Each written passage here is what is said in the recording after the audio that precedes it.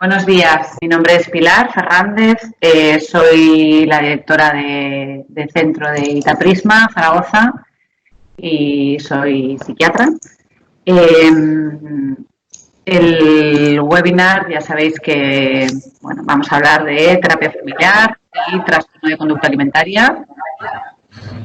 Bienvenida, a no ser que se haya incorporado.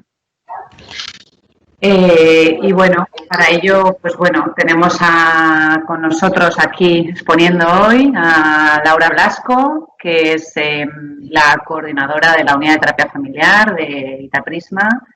Es psicóloga, psicoterapeuta y terapeuta familiar.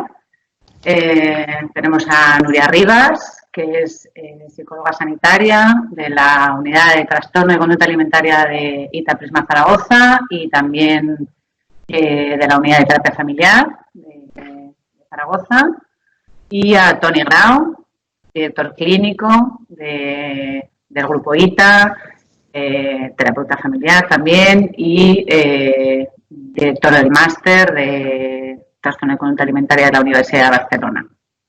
Empezará primero Nuria, que nos va a hablar de trastorno de conducta alimentaria y terapia familiar. Después Laura Blasco, que nos hablará de apego adulto y terapia familiar, y Toni Grau, que nos hablará de emoción especial. O sea, muy interesante, ¿no? Bien. Vale, nada, muy brevemente contaros que la unidad de terapia familiar en Zaragoza pues lleva en marcha aproximadamente un año. Ha sido, yo creo que una experiencia, o está siendo una experiencia muy, muy positiva en las terapias individuales de nuestros pacientes, porque, bueno, la familia forma parte, evidentemente, del proceso y de la recuperación, y sin la familia, pues, nos encontramos con muchas dificultades a veces para avanzar, ¿no?, en los procesos de tratamiento, ¿no? Trabajamos en la unidad de terapia familiar en coterapia, como no puede ser de otra manera, si queremos trabajar bien, y algo súper importante para todos los que nos dedicamos a esto, el tema de la supervisión, ¿no? El tema de supervisar los casos, que es algo que es totalmente necesario y que se está haciendo con la unidad de terapia familiar de Barcelona, conectándose y pudiendo trabajar los casos, que creo que está siendo algo muy, muy positivo. Luego nos lo contarán, ¿vale? Y bueno, la unidad de terapia familiar apoya a toda nuestra red asistencial, pero bueno, ha sido algo muy, muy importante en la unidad de trastorno de conducta alimentaria. Pero bueno, también es verdad que derivamos pacientes a la unidad, tanto de los que están hospitalizados, que vemos que necesitan intervención familiar, como los que están en consultas externas de todo tipo de patología que os podáis imaginar, ¿no? Así que, bueno, solo puedo hablar buenas cosas de este arranque de la unidad, y ahora os contarán un poquito ellas, pues lo que hacen, pero estos 3 temas que hemos hablado, que creo que son muy importantes, ¿vale? Empezamos, si no, con ya. Nuria, ¿estás? Sí, te veo. Apago mi micro y empiezas. Yo no apago el micro. No te oímos, Nuria. Ahora. A ver, ¿me escucháis? ¿Sí? ¿Me escucháis y me veis bien? Vale. Bueno, pues iniciamos. Iniciamos con... Voy a poner la presentación. Espero que todo salga bien. No he hecho esto nunca. Estamos. Ahora sí que lo veis, ¿verdad? ¿Lo veis en pantalla completa? Vale. Sí, perfecto. Bueno, TCA y familia, ¿no? Como binomio. Como decía Pilar antes, en realidad nuestra alianza, ¿no?, ha empezado no hace mucho. Siempre hemos derivado casos de forma esporádica, quizá cuando llegábamos a un punto en el que no teníamos más recorrido, en el que se nos habían acabado los recursos, ¿no? Recurríamos un poco a Laura como terapeuta familiar.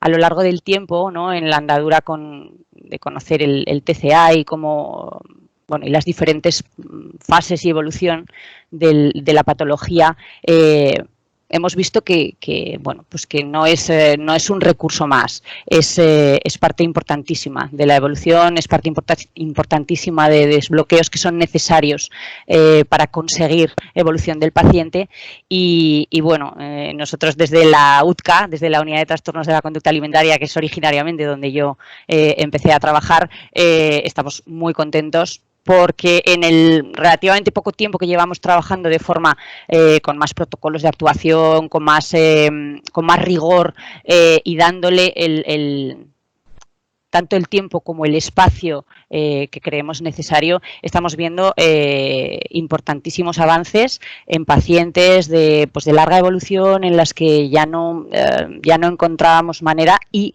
la terapia familiar se nos ha revelado, ¿no? Sabíamos ya, esto no es nuevo, pero se ha revelado como un factor importante y necesario para poder trabajar este tipo de patología. Voy a iniciar, como no tenemos mucho tiempo, voy a iniciar un recorrido. Podríamos hablar de tantas cosas de TCA y familia, pero bueno, va a ser algo bastante escueto. Después creo que habrá preguntas y podremos contestarlas. Brevemente, ¿qué es un TCA? Pues bueno, como todos ya sabéis, ¿no? Alteraciones graves de la ingesta. A nivel sociosanitario es un cuadro que preocupa muchísimo por la alta prevalencia, por los gastos económicos que conlleva al sistema sanitario y bueno, porque cada vez es más amplio el rango. Más comúnmente, como podéis ver, entre mujeres jóvenes entre 15 y 19 años de edad, ¿vale? Este sería un poco el rango en el que se sitúa.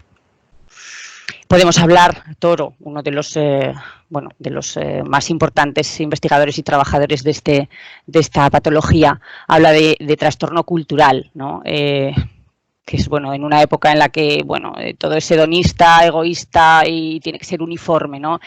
Como os pongo allí, todo aquel que escapa al modelo, ¿no? De esta sociedad que nos está guiando todo el tiempo hacia cosas bastante absurdas, ¿no? Por un lado, pues a nivel publicitario, a nivel consumista, nos ofrece constantemente, ¿no? Comida, alimentos vacíos, ¿no? Y por otra parte nos está exigiendo, ¿no? Una perfección, una delgadez, un estereotipo que no casa, que es imposible de conseguir, ¿no? Entonces, todo aquel que no se ajusta a este modelo, ¿no? Que nos vende la sociedad, es castigado. Y este castigo del que hablamos se traduce en 4 trastornos específicos a nivel alimentario. Podríamos definir que por exceso serían la bulimia y el trastorno por atracón y por defecto la anorexia nerviosa.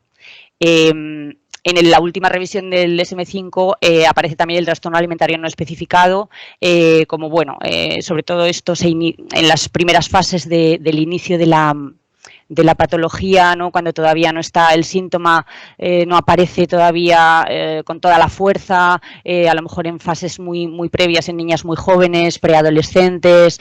Pues existe el trastorno alimentario no especificado que habría que controlar un poco cuál es su evolución, pero que ya apunta hacia esa dirección. Se puede hablar, me vuelvo para atrás, se puede hablar hay muchas teorías, ¿no? Que hablan de qué es lo que causa un trastorno alimentario. Cualquiera que haya trabajado con esta patología sabe que no puede ceñirse únicamente a un plan, ¿no? a un paradigma. Es multicultural. Multicausal, ¿vale? Hay 3 factores de los que hablamos siempre, que son los factores predisponentes, sin los cuales no se daría, los factores precipitantes, sin los cuales no se daría, y los factores de mantenimiento. Los necesitamos también para que la evolución del trastorno se mantenga en el tiempo, ¿no? Hablaremos un poquito más sobre esto. Dentro de los factores predisponentes importantes, los factores genéticos, podemos hablar de una disfunción serotoninérgica, ¿no? De todo lo que regula las emociones, el apetito, el sueño, los comportamientos sociales, que sea, ¿no? Prevalece el sexo femenino en esta patología y ciertos rasgos de personalidad, introversión, perfeccionismo, neuroticismo, está muy relacionado también con trastornos obsesivo-compulsivos. Otro factor predisponente importante es el familiar. esto es lo que nos toca a nosotros hoy, ¿no? Aspectos de la dinámica relacional, cuáles son los tipos de sistemas familiares que están, bueno, que han podido incidir en esta patología. Y socioculturales, pues todo lo que tiene que ver con lo que he hablado antes, ¿no? Lo que el bombardeo, la exigencia, lo que nos están pidiendo, ¿no? Las dietas, estereotipos, el individualismo, que hace que estemos permanentemente con una sensación de insatisfacción, ¿no? A todos los niveles, a nivel económico, a nivel de imagen corporal, a nivel laboral, ¿no? Nunca es suficiente, ¿no? Esto en cuanto a factores predisponentes. Los factores precipitantes. Bueno, cualquier acontecimiento vital que produzca estrés, que no es posible manejarlo, nos serviría. Como principales podríamos hablar de los cambios corporales de la pubertad, de las posibles separaciones de los padres, pérdidas de la pareja o las amistades o unos primeros contactos sexuales. Hablamos mucho de los padres porque la mayoría de las pacientes que nosotros tratamos están todavía o han vuelto al núcleo familiar, es decir, algunas tienen pareja, pero en realidad los que ejercen la tutoría un poco durante este periodo de su vida son los padres. Por supuesto, también en factores precipitantes hablamos de maltratos, de abusos, ¿no? como causas importantes que precipitan una sintomatología alimentaria. Y factores de mantenimiento. ¿Qué es lo que mantiene, qué es lo que hace que el TCA persista, ¿no? ¿Por qué es tan largo, ¿no? Porque el tratamiento del trastorno alimentario es muy largo en el tiempo. ¿Por qué? ¿Qué sucede, ¿no? ¿Qué es lo que hace que se mantenga allí tan fuerte, que sea tan difícil de destruir, ¿no? A nivel conceptual, a nivel de constructos, a nivel de creencias y de sentimientos, ¿no? Pues bueno, hay una serie de cosas que sí que está claro que la evidencia científica nos traslada, y es que, bueno, la malnutrición, por ejemplo, el estar con un índice de masa corporal preocupante, con un bajo peso, hace que, bueno, pues que el estómago, ¿no? La cavidad estomacal permanezca abultada. Entonces, simplemente ya ese hecho hace que ellas lo perciban de una manera en la que dicen que, bueno, deciden que eso tiene que seguir bajando, con lo cual siguen haciendo restricción, ¿no? Una disfunción límbica del sistema límbico, pues eso, ¿no? Desregulación emocional, conflictos familiares como factor de mantenimiento súper importante. Ahí os pongo con un montón de exclamaciones, ¿no? Familia, aquí es donde entramos, ¿no? Y problemas de ansiedad, trastornos de ansiedad, y algo que también es mantenedor de una patología alimentaria es una baja autoestima, la falta de identidad, la falta de referencia, ¿no? La falta de autoconcepto válido hace que, bueno, pues que se aferren a este tipo de constructo, ¿no? De identidad a través de la delgadez o ¿no? de la perfección, y bueno, estos serían un poco los principales. Hemos hablado del TCA así sucintamente, rápido. Vámonos con la familia. Hay muchas definiciones sobre la familia. A mí me gusta esta, que es de Minuchin, que es uno de los autores principales, ¿no? De la terapia familiar, que dice que la familia es un conjunto organizado e interdependiente de personas que están en constante interacción, que se regula por reglas, por funciones dinámicas, que existen entre sí y con el exterior. Es decir, es un sistema de comunicación, ¿no? Incluso en la no comunicación hay comunicación. Me gusta esta definición porque, bueno, parece que la familia es como es. No, cada familia tiene sus propias reglas, sus propias normas, sus propias dinámicas y es un sistema dentro de otro sistema. Entonces, bueno, vamos a verlo un poquito. ¿Cómo creéis que es de importante nuestra familia en el desarrollo personal de cada uno? Os voy a poner si puedo, os voy a poner un vídeo.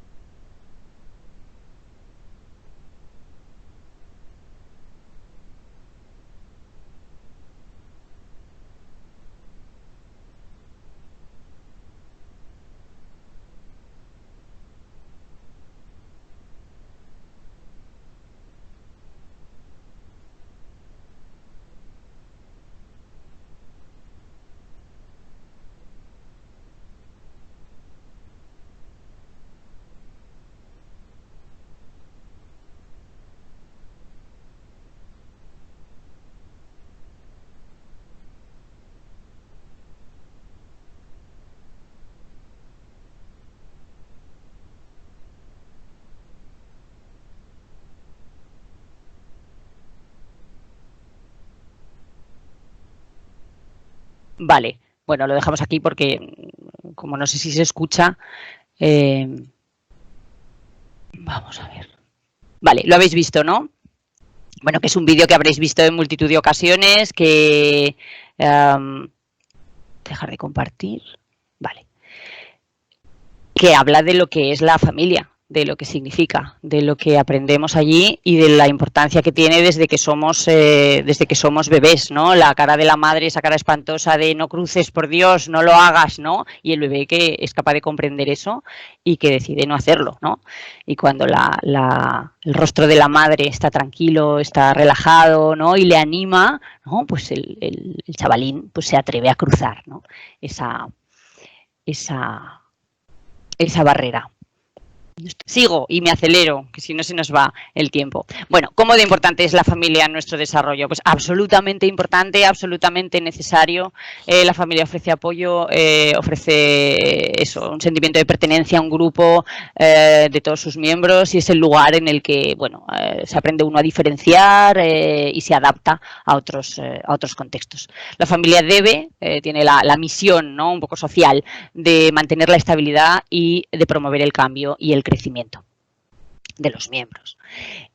Ofrece también un sentimiento de identidad y un sentimiento de autonomía y de individuación frente a los integrantes del sistema familiar y de los sistemas extrafamiliares. Es decir, es un lugar de aprendizaje donde vamos a forjar, ¿no? Nuestra personalidad y nuestra manera de desenvolvernos en el mundo. Es un sistema de comunicación porque para entender el comportamiento de un sistema es necesario tener en cuenta estas interacciones, ¿no? Tanto en la comunicación verbal como la no verbal que se dan en cualquier sistema, también en el familiar. ¿Por qué trabajar con las familias? Vamos al meollo. Porque hay muchas diferencias con el modelo individual. Es decir, meterte en un despacho con un paciente tiene sus límites, sus limitaciones, ¿no? Normalmente se enfoca en un pensamiento lineal, hay una causalidad lineal, nos enfocamos mucho en lo que sucedió, lo que pasó, cómo se desarrolló. El enfoque familiar es mucho más abierto, es mucho más global, es mucho más integrativo, es mucho más real, ¿no? Habla de que las cosas no son únicas, que son multicausales, que todo nos afecta, que nosotros afectamos a nuestra vez en todo lo que nos rodea. Habla de algo mucho más ecológico y mucho más real, ¿no? Entonces tienes muchas más opciones, ¿no? De trabajar lo que le está pasando al paciente y lo que está pasando en su entorno. Consideramos desde los que trabajamos con trastorno alimentario que la aparición del síntoma alimentario es una alerta de que algo está pasando en la familia, ¿no? Este síntoma nos comunica, nos da mucha información sobre lo que está pasando en ese sistema familiar y como desde allí, desde esta premisa, comenzamos a trabajarlo. Nos encontramos con muchos tipos de familias, hay muchas consideraciones, hay muchas tipologías. Yo he escogido, ¿no?, las que hablan de los límites, ¿no? Son reglas que definen los que participan en cada interacción, ¿no? La función de los límites es la de proteger al sistema y los límites pueden ser difusos, rígidos o claros. Y esto nos lleva a estos tres tipos de familias, los difusos, los rígidos o los claros y funcionales. Esto voy a pasar rápido porque no nos va a dar tiempo. ¿Por qué trabajaríamos con las familias de un paciente con TCA?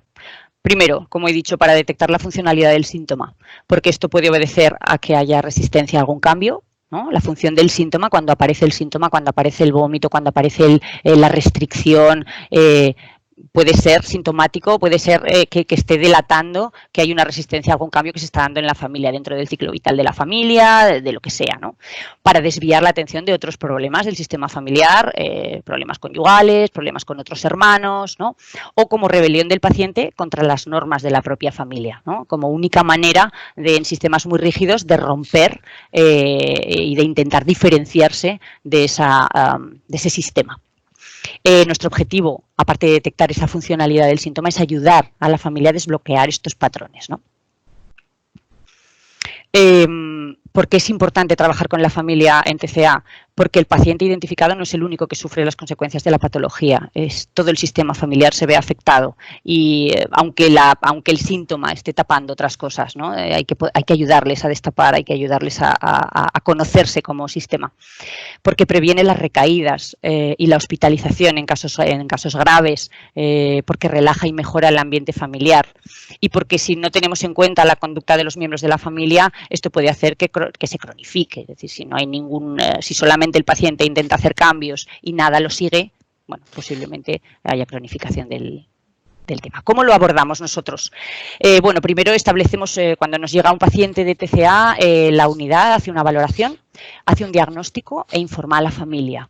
Este es el primer contacto que tenemos con la familia, aparte del telefónico, ¿no? Cuando llaman pidiendo ayuda suele ser, pues eso, los padres los que traen de la oreja a la chica, ¿no? Y la sientan para que cuente su historia y te la dejan un poco como diciendo, bueno, vamos a ver qué se puede hacer, ¿no? Hay que informar a la familia, hay que explicar el diagnóstico, las formas de tratamiento posibles y qué opciones asistenciales tiene esta familia.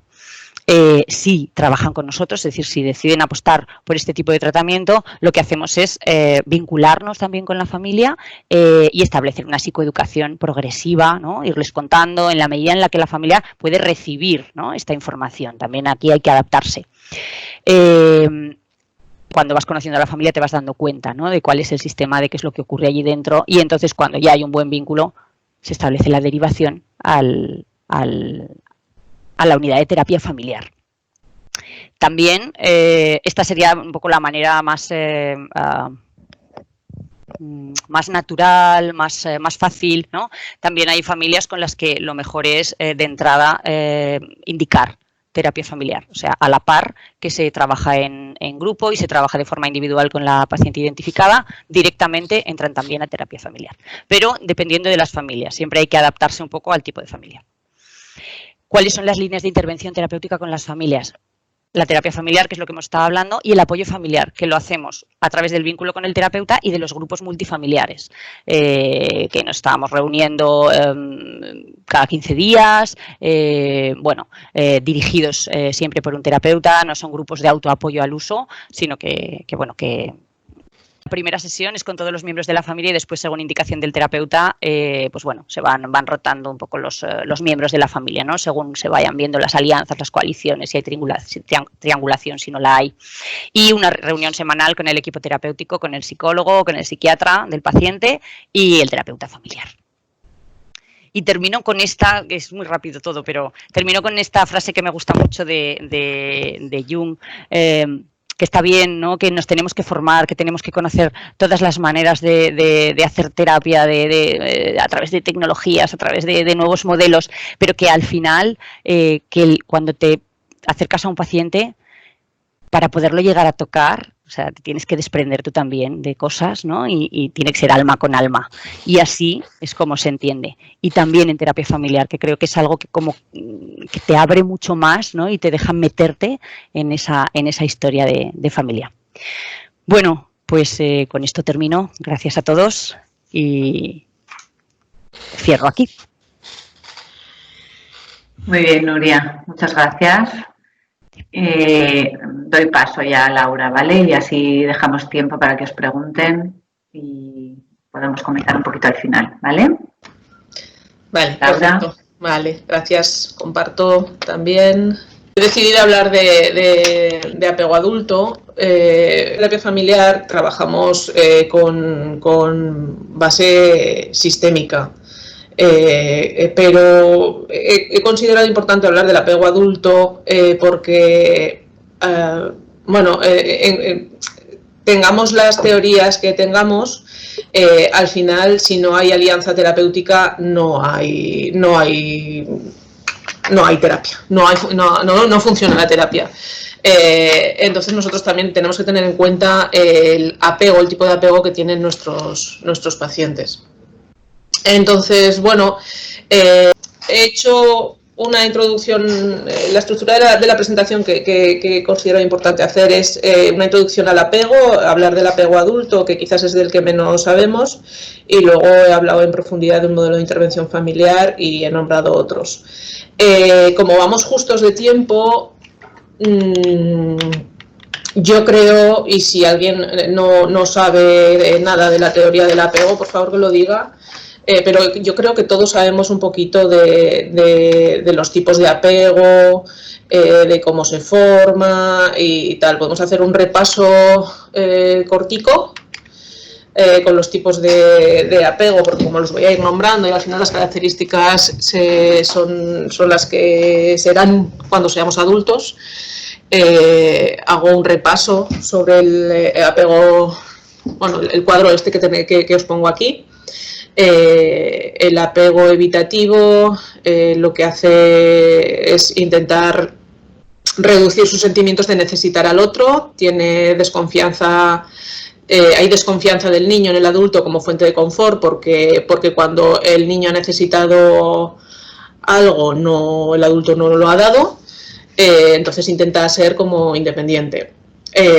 Apariencia de ser muy independiente, tiene frialdad afectiva y tiene hostilidad manifiesta o encubierta hacia los iguales y tiende a no expresar las emociones, lo que produce a vulnerabilidad o enfermedades psicóticas. Justo hace un par de días leía un ejemplo que hablaban que en el apego seguro el niño necesita una naranja y el papá le da una naranja.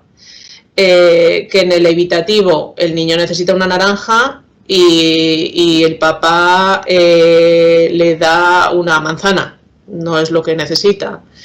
En el ansioso ambivalente me encantó porque es con respecto a la hiperprotección, es cuando el niño necesita una naranja y el papá o la mamá, la figura de apego, le da un campo de naranjas entero para que cubra todas sus necesidades por si acaso. Y el desorganizado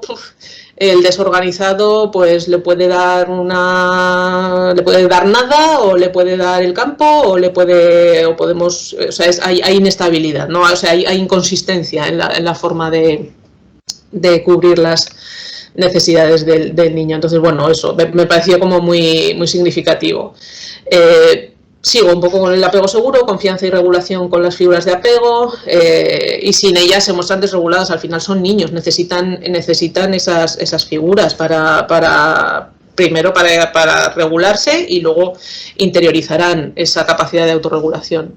Tienen confianza en los otros, los apegos seguros, relaciones empáticas, sienten curiosidad por explorar su entorno. En situaciones de estrés busca al adulto, igual que el evitativo no lo busca porque no va a encontrar su apoyo. El de apego seguro sí, lo busca porque confía en que el adulto le va a acompañar y tiene capacidad de autorregulación, como os digo. O sea, aprendemos la autorregulación con la heterorregulación de nuestras figuras de apego. Los ansiosos ambivalentes tienen como miedo a que no esté ahí la figura de apego, entonces hacen esfuerzos desde la ansiedad para asegurar la presencia y la respuesta de las figuras de apego. Las respuestas emocionales son intensas porque necesitan que el otro le oiga y lo resuelva, y se mezcla la necesidad del adulto con la hostilidad. Es como, me da rabia necesitarte. Luego, porque claro, es que me sobreproteges, entonces también me incapacitas. Las relaciones con los demás son dependientes, está como muy pegadico al adulto, tiene poca o nula curiosidad para explorar su entorno, baja autoestima e inseguridad y dificultad en la autorregulación porque siempre busca al otro para regular y no lo interioriza. Y el desorganizado puede aparentar diferentes estilos de apego, es contradictorio, sufre colapsos, está relacionado con situaciones relacionales traumáticas. En los apegos desorganizados, la figura que se supone que te tiene que dar, que proporcionar seguridad, puede ser fuente de todo lo contrario, de desprotección, de trauma. Entonces hay una marcada desconfianza hacia el adulto. Las relaciones están caracterizadas por el todo o nada, tiene conductas contradictorias, cambios súbitos de humor y alta impulsividad. A mí este apego me suena, no sé qué pensáis vosotros, me suena en el adulto al trastorno límite de personalidad. Me suena bastante. Pero bueno, luego hablamos un poquito de esto. Mansukhani en 2018, en una formación a la que asistí hablaba que del porcentaje de apegos que hay en la población. 23% de evitativo, un 55% de seguro, lo cual me da esperanza a la humanidad, un 8% ansioso y ambivalente y un 14% desorganizado. Me sorprendió mucho que hubiera un 14% de apego desorganizado.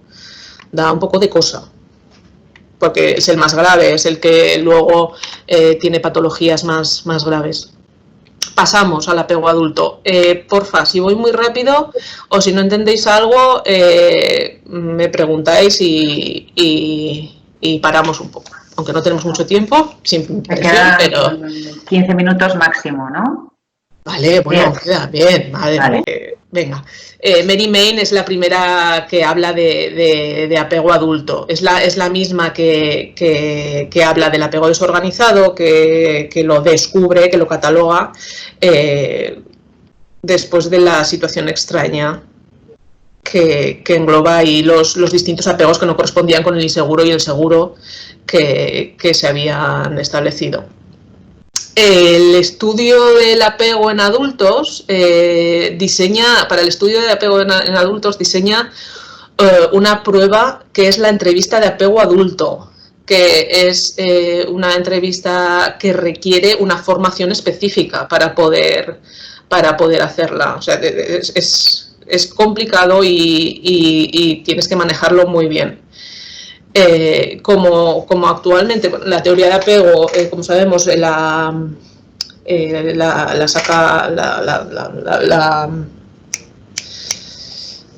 saca Bowlby, no me sale la palabra, la saca Bowlby, pero está en continuo crecimiento. Es como Bowlby pone la semilla, pero luego están naciendo múltiples árboles, múltiples modelos que están en ello. Entonces, para investigarlo, para trabajarlo, con la entrevista de apego adulto, que como digo es farragosa, es larga, entonces van saliendo nuevas formas de investigarlo de una manera un poquito más ágil, como puede ser, aquí os pongo unas cuantas, si lo mismo si os interesan, pues podéis poneros en contacto conmigo y puedo daros información. Hay una clasificación propia para el apego adulto, aparte de la que he hablado, que es la de Bartholomew y Horowitz, en 1991, que lo hace en torno al nivel de evitación y al nivel de ansiedad. A menor ansiedad y menor evitación hay un autoconcepto positivo y a menor ansiedad hay un autoconcepto positivo, a mayor ansiedad hay un autoconcepto negativo. A menor evitación hay una experiencia sobre los demás positiva y a mayor evitación hay una experiencia sobre los demás positiva. Y combinando estos dos ejes, pues si hay poca evitación y poca ansiedad, estamos ante un apego seguro. Pues como os hemos dicho, comodidad con la intimidad, autonomía, facilidad para las relaciones interpersonales y confianza básica. Si tenemos mucha evitación y poca ansiedad, estamos ante un evitativo rechazante, como lo llaman ellos. Desactivan el sistema de apego para la evitación y se evitan las relaciones íntimas, desde la desconfianza, desde la distancia. ¿Vale? Luego diferenciamos del evitativo temeroso. Aquí lo hacen desde la distancia. No simplemente cierran, evitan y ya no hay. Cuando tenemos ansiedad, alta ansiedad, el autoconcepto negativo, alta ansiedad y poca evitación, tenemos un preocupado, una persona preocupada. Hay mucha dependencia, hay mucha ansiedad, pero hay poca evitación. Entonces intentan estar como muy cerca de los demás. Hay deseo de aprobación, hay miedo al abandono y hay una confianza ciega, ¿no? Son un poco kamikazes en las relaciones. Y luego está, cuando hay mucha evitación y mucha ansiedad, está el evitativo temeroso, o sea, vive las relaciones con miedo. Hay desconfianza, tienen miedo al rechazo, experiencia de frustración en las relaciones, pero como no se pueden distanciar, entonces están ahí relacionándose, pero como ahí con miedo. El contexto terapéutico y en investigación la clasificación más citada es la de Main y Ainsworth, que es la que hemos hablado. Es importante, en el apego infantil solemos mencionar un tipo de apego prioritario, ¿vale? Normalmente adultos encontramos que tenemos rasgos de varios tipos y que, bueno, encontraron investigaciones con pacientes rasgos ansiosos ambivalentes a la vez que rasgos ansioso-evitativos, e incluso en algunos desorganizados. ¿Qué nos dice esto? Que depende, o sea, que nuestro estilo, aunque tengamos uno prioritario, va a depender de del estilo de la otra persona que tenemos enfrente, aunque haya uno que pueda prevalecer. Si yo soy una persona que tiene un estilo ansioso ambivalente, no me voy a relacionar igual con una persona que es evitativa. Seguramente desde mi ansioso ambivalencia voy a estar más pesada porque necesito reconocimiento con esa evitativa que va a huir y va a intentar no tener el contacto. Entonces mi ansiedad va a subir, que si me relaciono con una persona segura. Si yo me relaciono con una persona segura, seguramente mi forma de buscar esa aprobación del otro no va a ser tan intensa, porque la otra persona desde un apego seguro pues me la va a dar cuando considere que me la tiene que dar. Entonces mi ansiedad como ansioso ambivalente va a disminuir. Me parece también un concepto muy importante el de los modelos operativos internos. Es también un concepto planteado por Bowlby, que explica la tendencia de los estilos de apego infantiles a convertirse en una característica relacional que llega a la edad adulta. ¿Me explico? O sea, nuestro apego infantil es lo que teóricamente va a ser más prioritario, lo que va a ocupar más nuestro porcentaje de tipos de apego. Son representaciones o guiones que un individuo tiene de sí mismo, basados en la relación internalizada con sus cuidadores, y en la mayoría de las veces es inconsciente. Aportan una visión del sí mismo, los otros y el mundo en la que se van a basar nuestras relaciones. Ahora os explico un poquito más. Incluyen aspectos cognitivos, afectivos, regulatorios y comportamentales. Os pongo un cuadro que saqué del libro Apego Adulto, que me parece muy claro con respecto a las representaciones, a los modelos operativos internos. Para a la hora de identificarlos cuando estamos en terapia familiar, dependiendo de cómo nos hable el paciente, de los recuerdos que tengan. Por ejemplo, los seguros tienen un recuerdo de padres cálidos y afectivos, los evitativos recuerdan a una madre fría y que manifiestan rechazo, y los ansiosos ambivalentes son como padres injustos, ¿vale? Los seguros, con respecto a las creencias y actitudes relacionadas con el apego, pues tienen pocas dudas sobre sí mismos, suelen gustar a los demás, piensan que los demás suelen tener buena intención y buen corazón, que suelen ser dignos de confianza, desinteresados, y su orientación es interpersonalmente para relacionarse. Los evitativos sospechan de los motivos de los demás, piensan que los demás no son dignos de confianza, que no se puede depender de ellos, que dudan de la honestidad e integridad de sus padres, ¿no? No sé si, bueno, a mí me parece bastante claro sobre la evolución que ha llevado un niño evitativo y por qué cuando somos adultos no confiamos en los demás. Los apegos ansiosos ambivalentes piensan que los demás son complicados y difíciles de entender y que la gente ejerce poco control sobre sus vidas. Los objetivos y necesidades relacionadas con el apego en los seguros tienen deseo de relaciones íntimas y buscan un equilibrio entre la cercanía y la autonomía. O sea, no son pues igual que los ansiosos ambivalentes tienen deseo de extrema intimidad, tienen relaciones fusionales dependiendo de con qué tipo de apego se relacionen.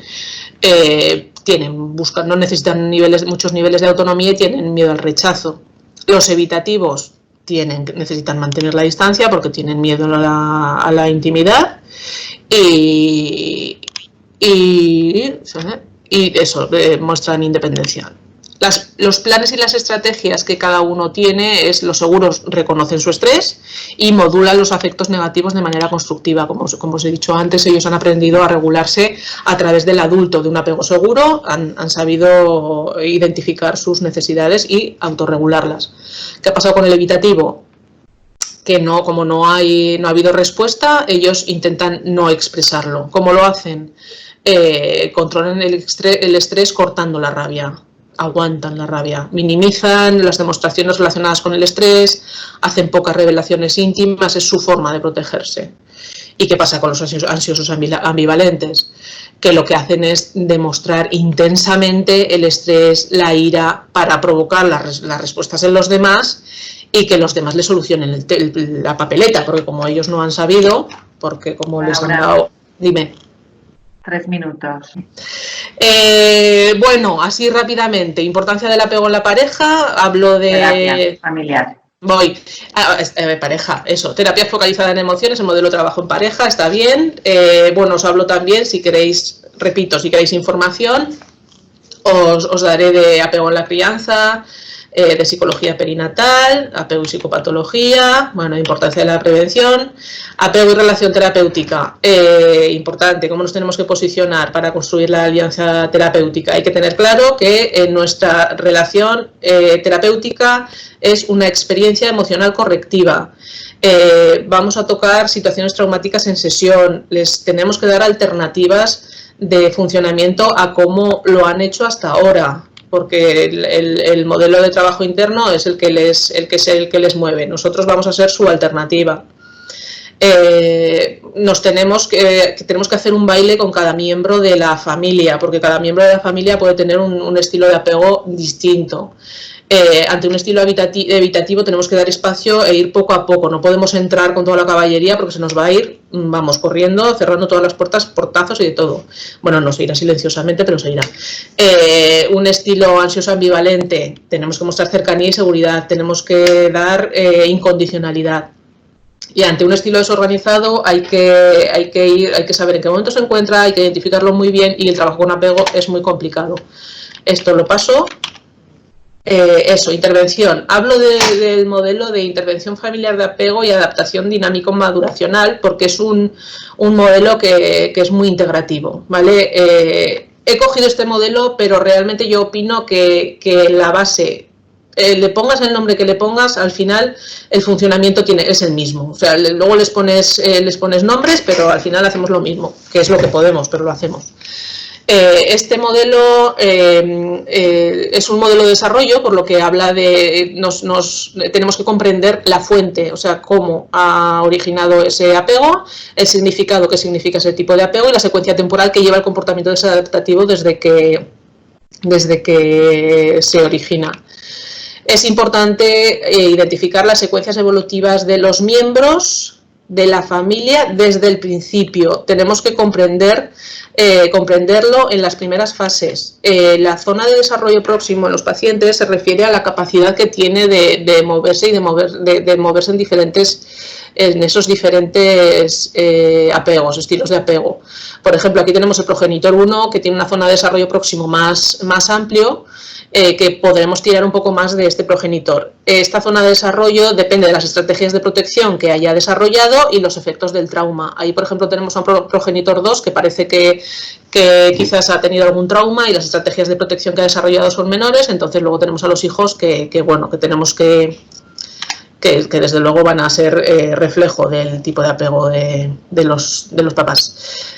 Claridad en el foco de tratamiento, tenemos que tenerlo claro, tenemos que tener flexibilidad en las técnicas de intervención. Como decía Nuria, tenemos que manejar todas las posibles, tenemos que adaptar nuestras técnicas al paciente, no al revés, no nos podemos cerrar solo en un tipo de técnica, hay muchas y tenemos que movernos. Como os digo, es esencial la evaluación temprana. Nosotros nos vamos a convertir en figura de apego transitoria. Tenemos que dar sensación de seguridad y acompañarlos. Importante también, tenemos que hacer una evaluación sobre los peligros que pueden generar las estrategias y las causas de cambio. No podemos olvidar que el síntoma nos está diciendo algo y que en el paciente identificado el síntoma es un traje. Si no le damos otra cosa a la que agarrarse, es posible que otro miembro de la familia o ese mismo paciente identificado desarrolle otro síntoma distinto. Un ejemplo que tuvimos aquí es en una paciente con trastorno de la conducta alimentaria, empezó a disminuir su sintomatología y empezó a desarrollar sintomatología psicótica. ¿Qué tenemos que hacer ahí? Parar y empezar a reestructurar de nuevo el tratamiento, porque le estamos desprendiendo al paciente de algo con lo que es lo único que sabe funcionar. Bueno, tenemos que comprender el estado de cada miembro de la familia.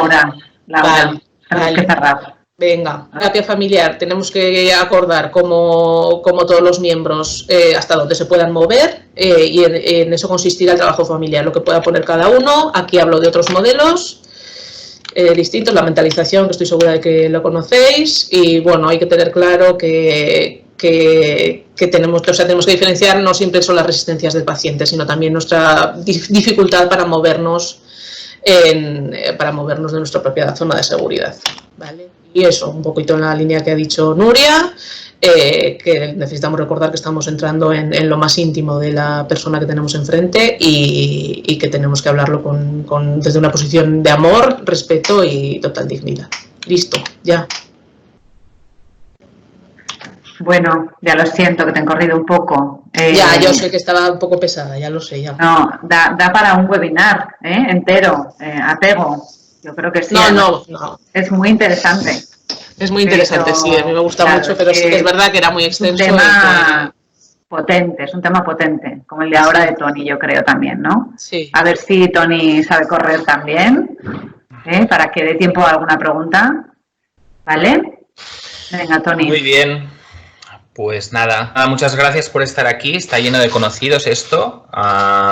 Bueno, yo voy a hablar de emoción expresada familiar, ¿vale? Es un paradigma en el que llevamos ya, desde el que llevamos ya mucho tiempo trabajando. De hecho, todo viene de una investigación hecha ya, creo que en el año 2008, donde entrevistamos a 98 familias con la entrevista familiar de Camberwell, ¿vale? Y de ahí, ¿no?, salieron una serie de hallazgos que después sirvieron para desarrollar un protocolo clínico en formato de grupo multifamilia, que después, además, logramos validar empíricamente, ¿vale? Y después ya, si queréis, me escribís y os podré pasar más información, ¿vale? Lo más importante no fue tanto el protocolo, sino que nos sirvió un poco el tema de la emoción expresada como marco de referencia a integrar dentro de la terapia familiar sistémica, que es nuestro marco de referencia general en el trabajo con las familias.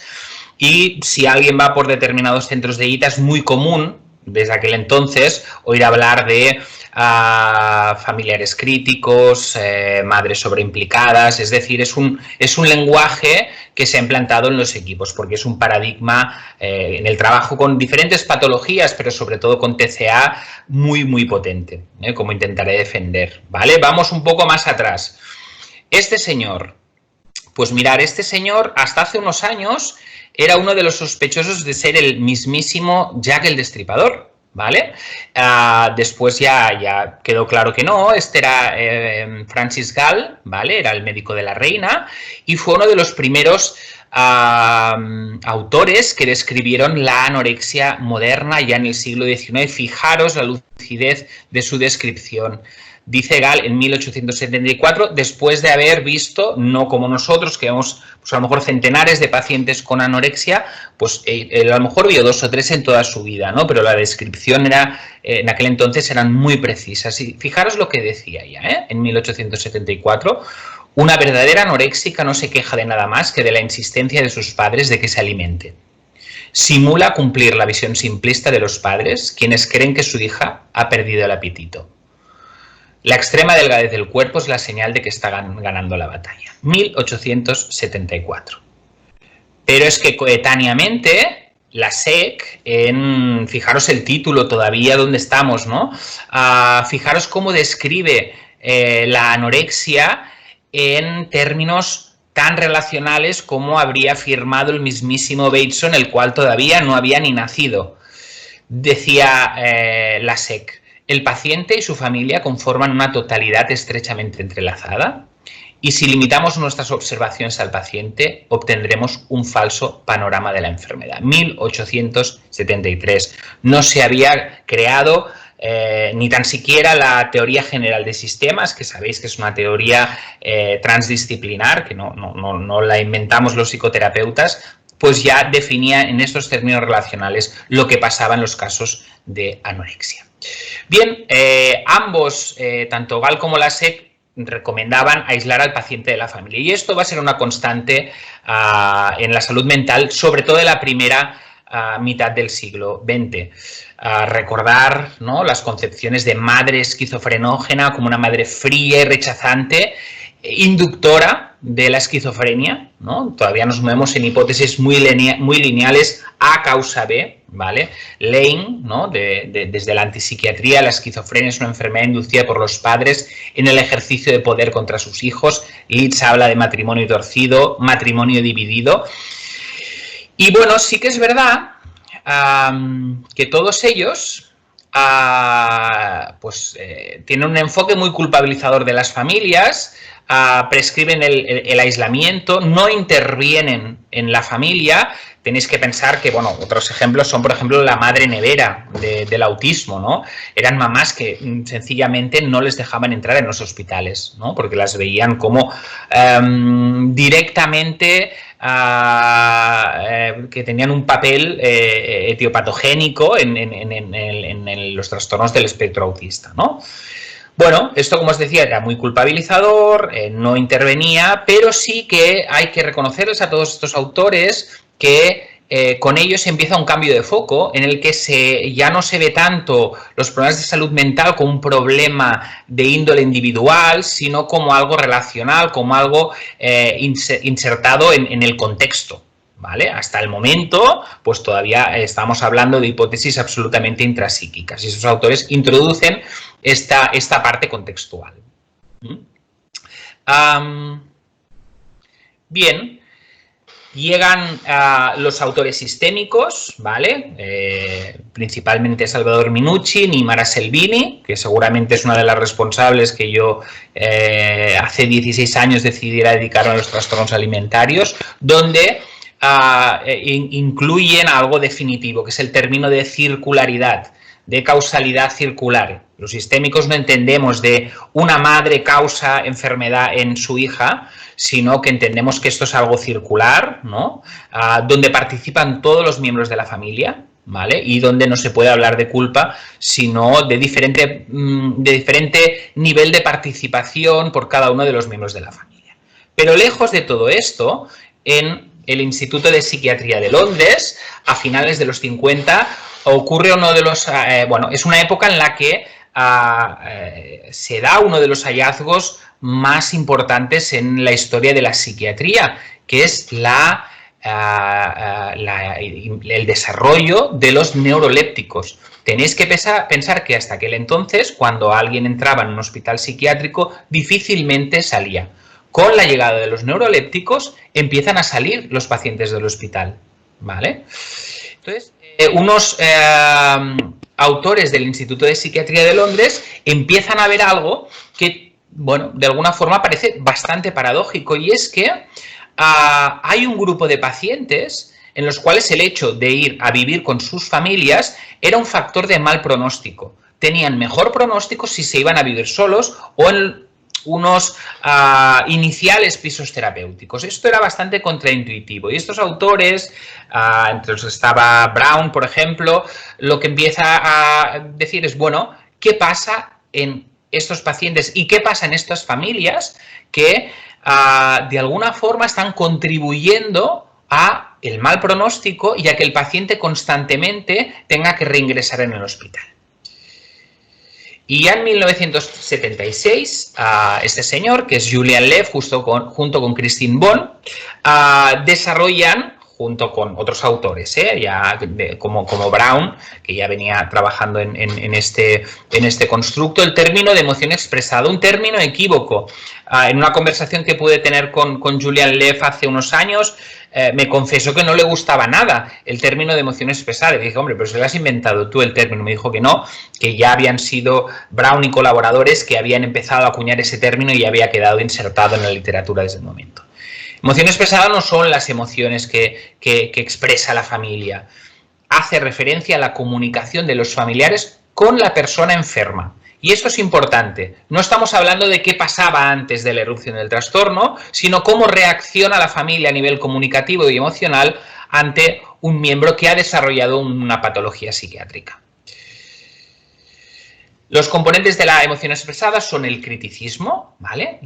Una actitud de constante crítica hacia el paciente, la hostilidad, una conducta de rechazo más generalizada y la sobreimplicación emocional, ¿vale? Esa respuesta emocional exagerada, desproporcionada, acompañada de muchos intentos de controlar totalmente la conducta del paciente.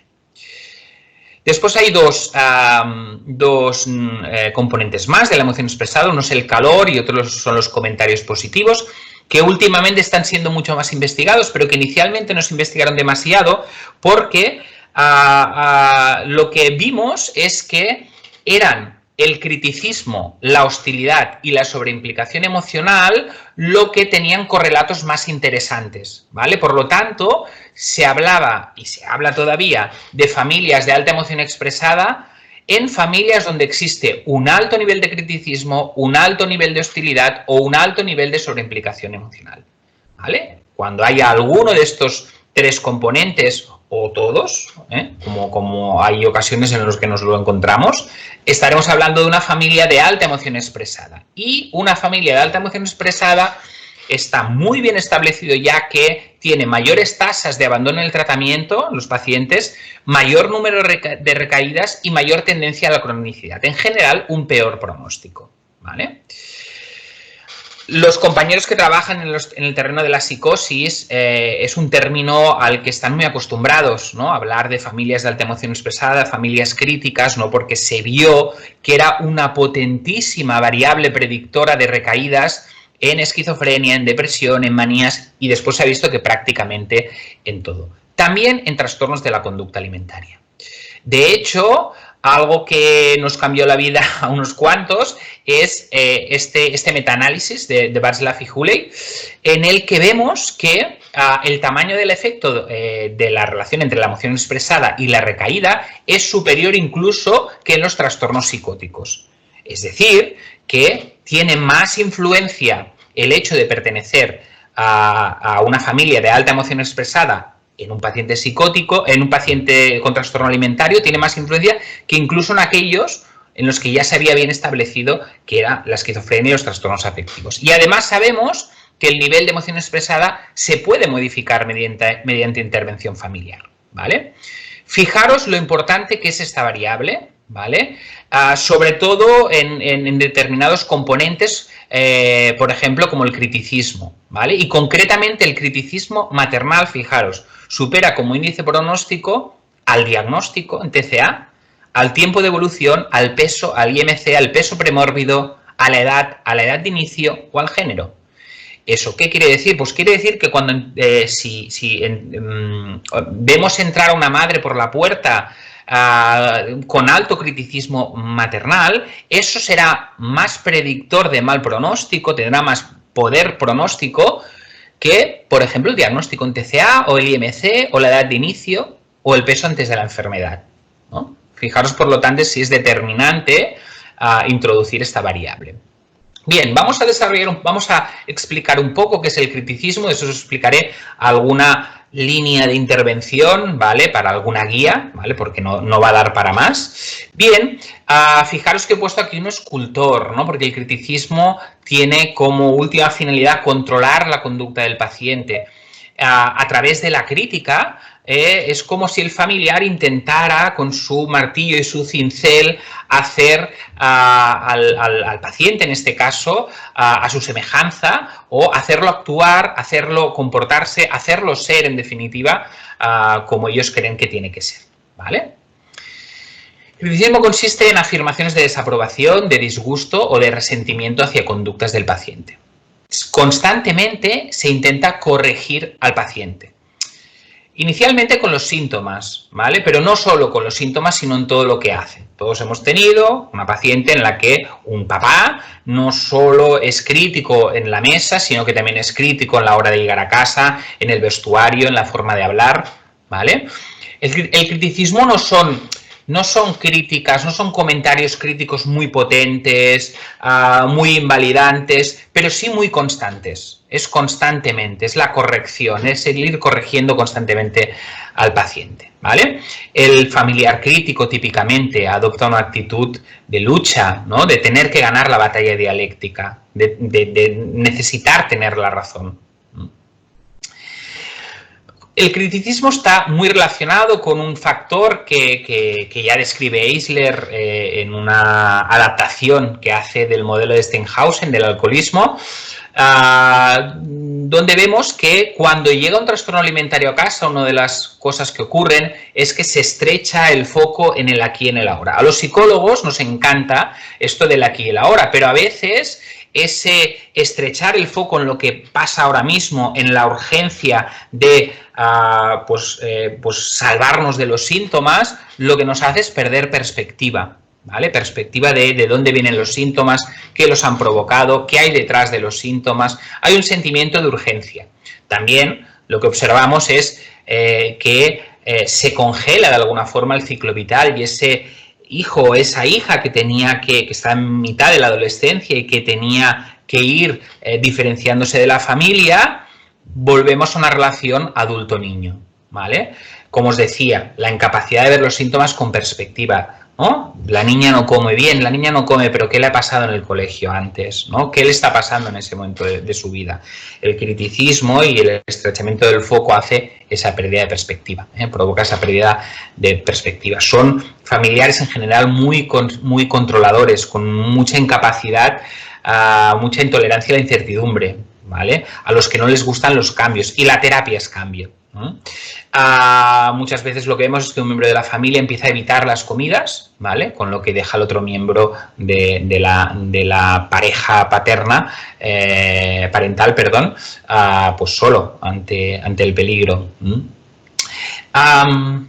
Bien, ¿qué hay que hacer con el criticismo? ¿Cuáles son las grandes líneas de intervención con el criticismo?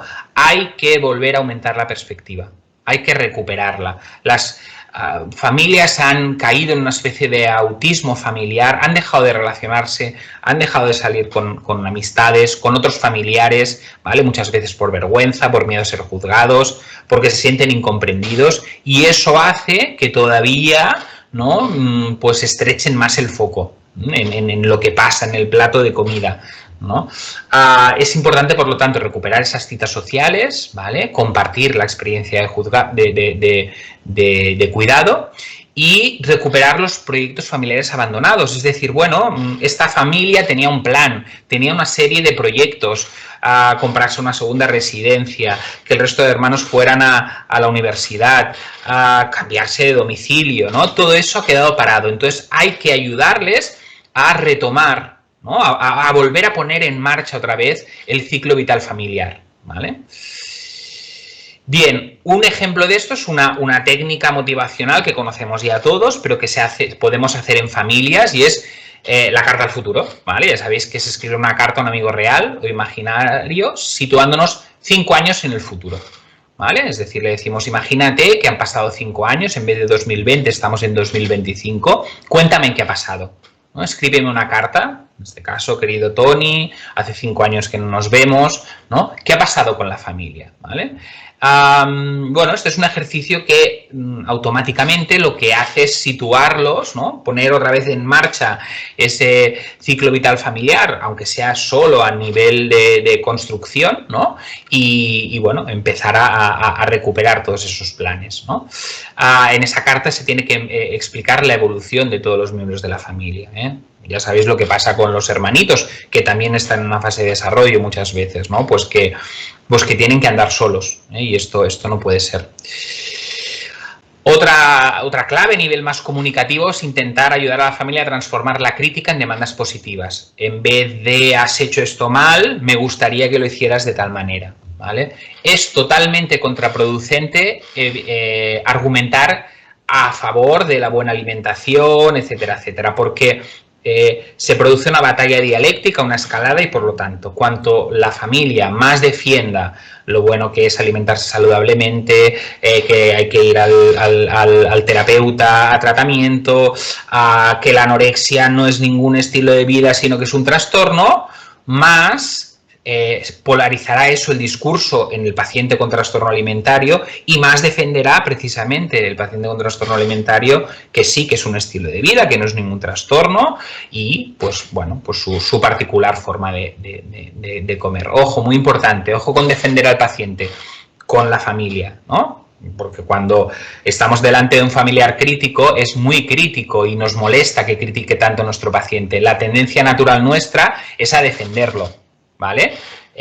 Si nosotros lo defendemos, podemos estar iniciando una escalada, ¿no? Con la familia, por la cual cuanto más lo defendamos nosotros, más lo criticará la familia. Un ejercicio, máximo 5. Le decimos a la familia que coja una libreta o algo y que tiene permiso para emitir 5 comentarios críticos al día, ¿vale? Esto no se trata de restringir, o sea, no tiene como objetivo, es una técnica estratégica, que viene de la terapia estratégica, no tiene como objetivo limitar el número de comentarios críticos, sino hacer consciente a la familia que cuando son las 11 de la mañana ya han hecho los 5 comentarios críticos, ¿no? Algo que se está fomentando mucho últimamente es pues eso, ¿no? Promover todo el tema de la calidez y los comentarios positivos que antes como que parecía que no intervenían mucho, no tenían demasiado efecto en reducir la emoción expresada y ahora se está viendo que sí. Sobre implicación emocional, el siguiente componente de la emoción expresada es una respuesta emocional exagerada y desproporcionada.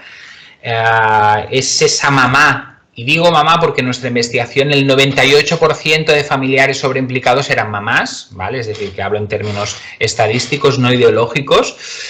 Esa mamá que realmente vive de forma muy dramática, muy desconsolada y nada funcional el trastorno de su hija. Pero en vez de criticar a esta mamá, tenemos que ir al detonante. ¿Cuál es el detonante de esta reacción de sobreimplicación emocional? El riesgo de muerte o empeoramiento inminente. ¿Os imagináis algo más terrorífico que pues estar sintiendo que tu hija está a punto de morir? A mí no se me ocurre un miedo más atávico. Bueno, sí, quizá uno, que sea tu culpa.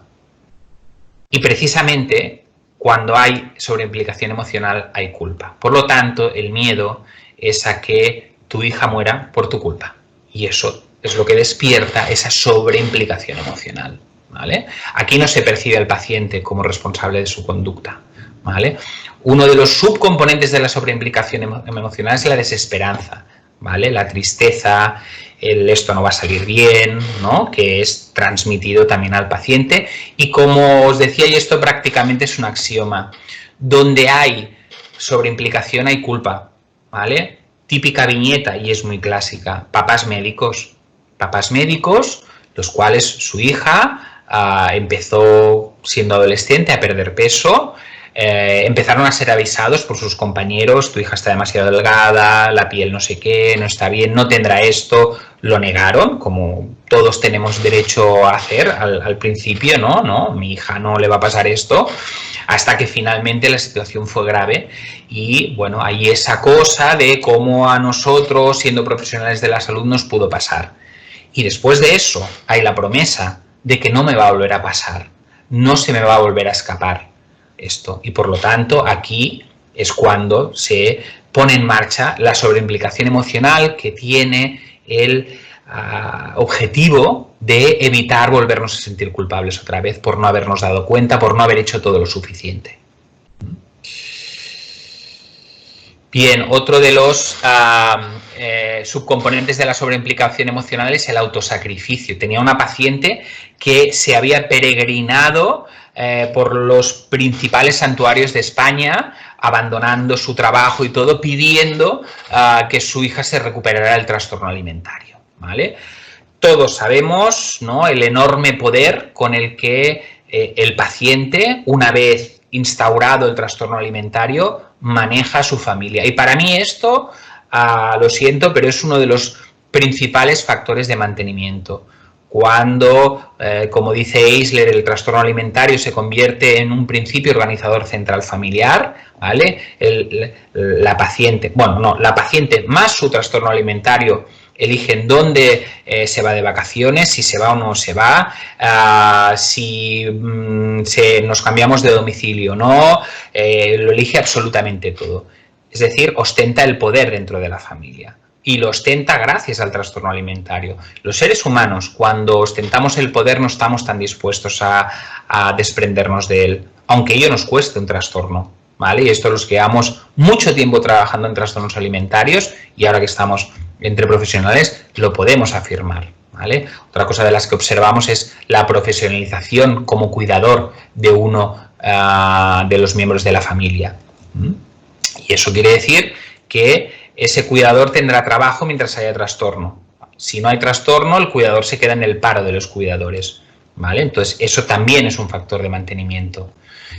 Bueno, esta es la más conocida, el componente más conocido dentro de la sobreimplicación emocional, que es la sobreprotección. Esa actitud de conmiseración, ¿no? De justificación de todo hacia la persona que tiene un trastorno, de permisividad, ¿no? Lo que genera una ausencia absoluta de límites, un paciente anómico, sin reglas, sin iniciativa, porque todo se lo hacen, ¿vale? Esto es algo muy de la sobreimplicación emocional, el hacer algo por el paciente, el no dejar al paciente hacerlo, no dejar al paciente exponerlo, sino que es el familiar sobreimplicado el que lo hace para asegurarse de que está bien y que por lo tanto no va a volver a recaer y que por lo tanto nunca más va a tener la culpa de nada, ¿vale?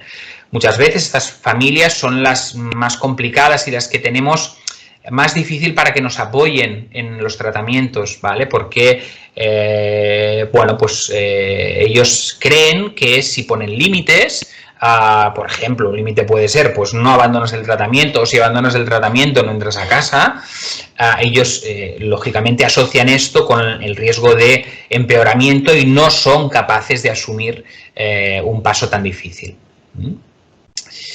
Bien, ¿cuál es el objetivo? Tony, 5 minutos. Vale, gracias. ¿Cuál es el objetivo?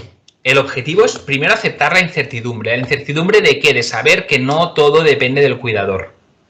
No todo depende del cuidador. Esto es muy complicado. Te dicen que sí, que lo entienden, que ellos no se sienten culpables, pero siempre de fondo hay esta cosa de si dejo de ser sobreimplicado, mi hija puede morir y eso me convertirá en culpable de la muerte de mi hija, ¿vale? Entonces hay que, bueno, pues transformar esta culpa en una dosis ajustada de responsabilidad. Es decir, sí, claro que tienes responsabilidad en lo que está pasando, claro que tienes responsabilidad en la recuperación, pero la recuperación es de tu hija. Hay que explorar la culpa primigenia, ¿vale? Es decir, ¿desde cuándo me siento yo culpable? Y después es una culpa sin final, es decir, nosotros si somos culpables de algo, pues normalmente, pues por ejemplo, la ley nos pone una pena que se acaba un día, ¿no? Para el familiar sobreimplicado nunca está suficientemente pagada, ¿no? Esa culpa, con la cual cosa hay que hacerles esa pregunta, ¿no? ¿Cuándo habrás pagado tu culpa? Hay que buscar apoyo en un familiar no sobreimplicado, esto les cuesta muchísimo, nunca a los hermanos, ojo con la parentalización. Hay que fomentar la perspectiva también, es decir, a ver, señora o señor, no va a estar toda la vida para hacerle las cosas a su hija. Bueno, esto del balance decisional es complicado, me lo voy a saltar. Vale, un ejercicio que podemos hacer, ¿vale? Es, porque muchas veces lo que ocurre en las familias es que tenemos un familiar crítico y otro sobreimplicado, ¿vale? Pues bueno, lo que hay de base es una diferente lectura de cómo está la paciente. El familiar crítico piensa que, bueno, que no está tan mal y la familiar sobreimplicada piensa que si no hago algo, mi hijo va a morir de forma inminente. Entonces lo que hacemos es ponerlos a cada uno en una punta de la sala y cada uno puntúa en esta escala, ¿vale? Y ahí se ven claramente las divergencias. Bueno, esto sería largo de explicar. Y ya para acabar, la hostilidad, ¿vale? En nuestro programa para la reducción de la emoción expresada multifamiliar logramos disminuir la sobreimplicación emocional y el criticismo, pero no la hostilidad. La hostilidad pues, es una cuestión mucho más profunda que requiere de otro tipo de intervención, ¿vale? Porque se trata de un rechazo generalizado al paciente, en su esencia, ¿vale? Es decir, o sea, si la crítica dice, el familiar crítico dice has mentido, el familiar hostil dice eres una mentirosa, ¿vale? Hay un rechazo al paciente que vemos que ya muchas veces ese sí se empieza en la infancia, ¿vale? También vemos que se trata más al enfermo como enfermo y no como persona, ¿no? Sus opiniones, ¿no? Es lo que cuando dice, no, es que piensa así porque está enferma, ¿no? O no es mi hija, es la voz de la enfermedad, ¿vale? Por lo tanto, son padres muy invalidantes a nivel emocional.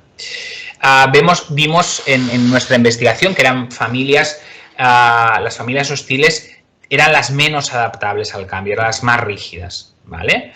Entonces, ¿qué hay que hacer como idea así, como tip prácticamente? Hay que transformar la narrativa familiar sobre la identidad del paciente identificado. ¿Qué vemos aquí? Que son pacientes que son un problema desde que nacieron, ¿vale? Recuerdo, por ejemplo, el caso de una chica de León, ¿no? Sus padres pertenecían a las familias más poderosas de un pueblo, de la provincia de León.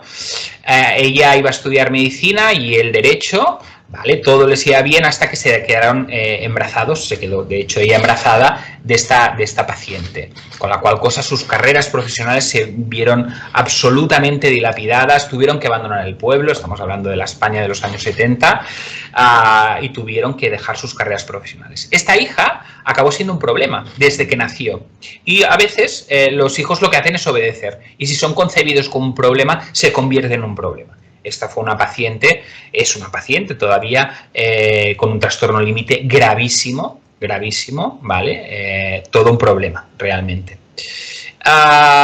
Por lo tanto, es importante trabajar la historia familiar, ¿vale? El impacto del nacimiento en el ciclo vital familiar. Fijaros, para que una madre y un padre rechacen en esencia a un hijo, hay demasiadas cosas que han tenido que ir mal, ¿vale? Entonces hay que trabajar qué ha pasado en el nacimiento de este hijo, qué significado se le ha dado a la llegada al mundo de este hijo. Hay que trabajar la narrativa, lo que White y Epstein hablan de la narrativa saturada de problemas. Cuando tú le pides la línea de la vida a la familia, ¿no? Te dicen, a los 9 años ya ingresó en no sé qué sitio, a los 11 la expulsaron del instituto, a los 15 ingresó en el Niño Jesús, a los 16 en ITA, a los 17 en el Gregorio Marañón, ¿vale? Es una historia donde solo hay desgracias, ¿no? Entonces hay que trabajar con las excepciones, ¿vale? Es decir, bueno, ¿qué cosas aparte de ser un problema ha hecho vuestra hija? Y para eso es muy importante también el uso de la externalización, ¿no? Porque al ser algo que parece que está impregnado en el espíritu de la paciente, es algo que va con la paciente, es algo esencial en la paciente, pues bueno, podemos jugar con técnicas analógicas para externalizar el problema de la paciente. Y más rápido no puedo ir. Aquí algunas conclusiones, ¿vale? Pero bueno, yo creo que daría paso a las preguntas para que, bueno, podamos pues desarrollar un poquito más este chupito de terapia familiar que hemos hecho los tres, ¿vale? Hacemos 10 minutos españoles Venga. Vale, para preguntas. Yo creo que lo habéis explicado también, que no hay preguntas, ¿eh? No, yo creo que yo me quedo con ganas de más, la verdad, porque ha sido, ¿no?, un poquito de todo y probablemente, como decía Pilar antes, podríamos haber hecho un webinar de cada uno de los temas, pero bueno... que si hay que hacerlo, se hacen. Lo haremos sin ningún problema. Felicidades, me ha gustado mucho. Bien. Sí, muy bien. Venga, va a aprovechar preguntas. Hay una, creo. ¿Sí? Yo tengo una pregunta. Bueno. No sé si me toca o me espero. A ver, Alex, ha levantado la mano, no sé. Sí, chico. Sí. Si tenéis lo de levantar la mano al lado de los 3 puntos, ¿vale? Venga, la mano, vale. Que traías, Tony, de cómo el criticismo, la imagen esta de como que va moldeando, que busca como moldear a la persona un poco a... A mí me venía más como a imagen y semejanza, quizá de los padres, que de la voluntad, pero no he podido evitar preguntarme también si puede tener un efecto moldeador un cero criticismo. parte de los padres? O sea, en la ausencia del criticismo también, ¿qué voluntad puede tener? Y también cómo intervenirla, porque es difícil a veces decirle a los papás, oye, tenéis que poder ser críticos.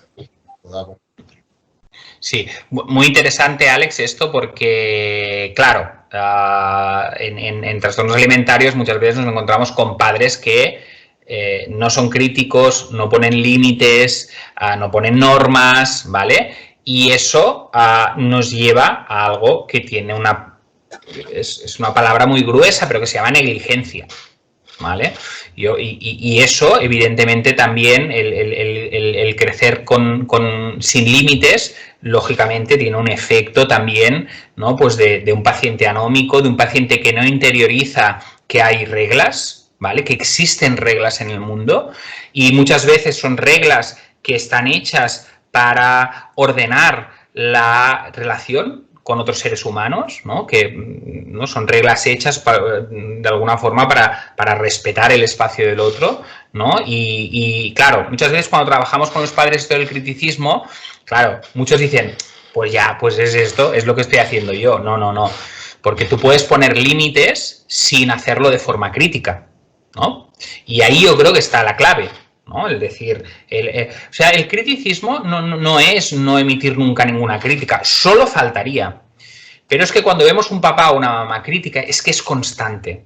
Siéntate bien, haz esto, mastica, no hables así. Es que es constante, ¿no? Entonces ahí la frecuencia lo ves mucho, ¿no? Lo notas en el cuerpo, ¿eh? Cuando estás ante una familia crítica, lo notas en el cuerpo. ¿Y sabes qué notas? Agobio.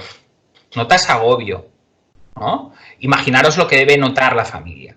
Y notas agobio muchas veces como terapeuta, porque el familiar crítico no solo es crítico con la paciente, sino también con el terapeuta, ¿vale? Entonces es esa mamá que empieza muchas veces las llamadas diciendo aquello de que ya nos hace temblar a todos. Oye, yo no sé de nada, yo no soy el profesional aquí, ¿eh? Y aquí dices, vale, ahora te va a caer, pero yo intentaría hablar de ella y explicarle que es esta mamá o este papá, ¿vale? El que te dice cómo tienes que hacer las cosas, que te está diciendo como derivada que no lo estás haciendo bien, porque no lo estás haciendo como ella lo haría. ¿Vale? Entonces, sí, es importante, ¿no? Claro, al final es importante en cada familiar fomentar aquello de lo que carecen, ¿no? Muchas veces, y muchas veces hay esa ausencia de límites, de normas, pero se puede hacer sin criticismo. A ver, sí. ¿Había otra pregunta? ¿Alguien que había? Sí, yo, ahora. Bueno, yo quería comentar una cosa y es que con la parte esta de la sobreimplicación, cuando hay culpa detrás, ¿no? Que yo me encuentro con casos donde eso es el factor determinante de la no evolución de la paciente, sobre todo a nivel de coger autonomía para poder distanciarse, aún habiendo hecho una diferenciación, ¿no? Pero no hay ese permiso de que la paciente pueda salir de ese sistema familiar porque en este caso, ¿no? La madre no puede sostener eso, ¿no? Claro, trabajar eso se hace tremendamente complicado porque realmente la paciente, si está dentro de la dinámica de la sesión familiar, lo vive fatal, la madre lo vive fatal, el padre normalmente está ausente, o sea, está de cuerpo presente, pero ya está, porque no se atreve a hacer nada más, ¿no? Claro, entiendo que el padre sería la figura a la que la madre tendría que colocarse, ¿no? Pero claro, falta que el padre quiera eso también, ¿no? Porque en este caso del que yo hablo, el padre está encantado en que la hija sostenga todo eso. Al final, la hija es el foco de discusión y el foco real no se contempla porque la niña también se mete en un rol que no le corresponde, con lo cual estás ahí en un juego que es súper complicado de poderlo romper, ¿no? Yo justamente en este caso que comento, yo el lunes tengo una familia y un poco el objetivo es poder hablar de todo esto, que ya lo hemos hablado, pero introducir al padre ya igual con otro, ya en otro tono. O sea, estoy diciéndolo de otra forma, pero claro, ahora cuando comentabas, ¿no? El no ponernos de parte del paciente, porque eso nos puede colocar, bueno, sobre todo al paciente en una situación complicada, claro, yo aquí dudaba. Claro. Sí. Puedes intentarlo 50 veces, pero no entrará. Y no entrará porque es muy importante que no entre, ¿vale? Es decir, que no entre el mensaje. Lo que tenemos que entender es que, desde la perspectiva sistémica, de alguna forma a todos interesa que las cosas sigan igual, ¿vale? Para mantener el equilibrio familiar. Tenemos una mamá que tiene un carácter determinado, ¿vale? Que es controladora seguramente, ya de mena, que decimos en Cataluña, ¿no? Y que posiblemente antes de que naciera esta hija, ¿hacia dónde iba ese control? Pues posiblemente hacia el padre. Con la cual cosa, el padre encantado, que era el foco de la necesidad de control de la mamá, sea la niña, ¿vale? El papá encantado. Hay un hermano. Hay una hermana con una hermana mayor con la que había tenido muchos problemas la madre y la hermana se fue de casa huyendo de la situación. Una chica lista. Sí, la hermana está embarazada, o sea, la hermana está a punto de tener un bebé. Claro, es que Esther está, o sea, hasta el bebé que está ahora en el vientre está interesado en que esta mamá no quite el foco sobre la paciente. O sea, es así, porque imagínate que ahora la convences en esta sesión, ¿no? De que la deje volar, de que confíe en ella, de que vayamos en la línea de la diferenciación. ¿Dónde esa necesidad de la mamá de controlar, dónde se va a posar? En esta niña que van a hacer seguro, ¿vale? Con la cual cosa no le interesa a la hermana, no le interesa al padre. De alguna forma no le interesa a la mamá, ¿vale? Porque es muy, bueno, pues para no sentirse culpable. La culpa es lo que más liga. O sea, no hay emoción que ligue más, que mantenga más la vinculación que la culpa, ¿no? Muchas veces esto lo vemos en procesos de duelo, ¿no? En los que hay reacciones de culpa porque te vinculan a la persona que ha muerto, ¿no? Muy intensamente. Con la cual cosa, ahí sobre todo hay que trabajar las implicaciones, ¿no? Y ahí te recomendaría, por ejemplo, que hicieras la fantasía del milagro, ¿vale? Es decir, en sesión diría que le diría a la mamá, bueno, perdón, a la mamá no, a todos, ¿vale? Imaginaros que tengo una varita mágica y que os voy a tocar con mi varita mágica y que cuando os toque con mi varita mágica, Pepita, como se llame la paciente, por la noche, sin que nadie se dé cuenta, se curará, se recuperará y cuando se despierte no habrá ni rastro de su anorexia. ¿Qué pasaría entonces? Lo primero que te dirán es, genial, todos felices, lo iríamos a celebrar comiéndonos un asado, a lo grande, como hace años que no hacemos, que bien. No. Pero visualizar la escena todos, ¿no? ¿Cómo cambiaría tu vida? ¿Cómo cambiaría tu vida? ¿Cómo cambiaría? ¿Hay algo malo? Todo sería maravilloso, pero ¿hay algo malo? ¿Hay algo que cambiaría peor en cada uno de vosotros? ¿Cómo sería vuestra relación de pareja? ¿Qué haríais? ¿Cuánto hace que no vais al cine juntos? Porque claro, esta que es la hermana pequeña. Sí. Vale, sí, pues sí. Eso, fíjate, eso ya, si esta chica, si tu milagro se hiciera realidad, de repente, este papá y esta mamá se mirarían y dirían, anda, pero si tú y yo éramos una pareja hace muchos años y hacíamos cosas juntos antes de ser papás, ¿ahora qué vamos a hacer? Tú y yo como pareja, ¿vale? El papá, se le pueden salir todas las alergias del mundo ante esta mamá controladora, ¿no? Pero es trabajar mucho las implicaciones, ¿no? Las implicaciones negativas del proceso de diferenciación, ¿vale? Un proceso de diferenciación especial porque es la última. Ya no hay ninguna hija más a quien cuidar después, ¿no? Entonces, trabajar desde ahí, no tanto desde el explicar lo que es conveniente, porque lo puedes explicar muchas veces que a nadie le interesa, ni tan solo a la que es todavía un bebé no nacido todavía. Sí. Es muy complicado, ¿eh? Y a veces también hay que conformarnos con que no puede ser. Es duro, pero Pero Bueno. la fuerza centrípeta y homeostática de la familia es mucho más fuerte que nosotros, muchas veces. Sí, sí. Sí, de hecho, la paciente, bueno, la paciente es una paciente de hace muchísimos años. O sea, complicado, ¿no? Y yo pienso que ya llegar a este punto, creo que ya hemos llegado muy lejos, pero claro, yo como la paciente, yo tengo muchas dudas de que esto cambie, ¿no? Entonces, yo trabajo con ella en que se vaya de casa, que coja, pero claro, curiosamente está estudiando medicina, que curiosamente es la carrera más larga del mundo y que se irá de casa dentro de 6 años cuando acabe la residencia. Que dices, qué curiosidad, o sea, qué casualidad que haya cogido no podía coger. Sí, claro, sí.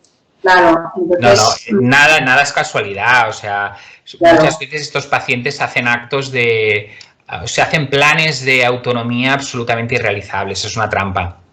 Sí, sí, O sea, sí. son especialistas en enamorarse de la pareja imposible también, ¿no? O de la pareja imposible o del adoptado, ¿vale? O del adoptable. Es decir, muchas veces estas pacientes lo que hacen es escogen como pareja pues en este caso un chico o una chica que pertenece a una familia como desarraigada, como que, ¿no? Entonces, lo que hacen es adoptar también al yerno, ¿no? Es uno más. O sea, es uno más, ¿no? Y para dentro de la familia, pero sí, son especialistas en hacerse planes totalmente tramposos, planes de pseudo-autonomía, ¿no? Bueno, probaré esto a ver qué tal. Terminamos. Sí, Vamos de hora. Tenemos que seguir atendiendo pacientes todos, ¿no? Bien, agendas. Sí. Muy bien. Vale, pues cualquier cosa nos podéis escribir, ¿vale? Y pues nada, si os habéis quedado con ganas de más, pues ya organizamos otro, ¿vale?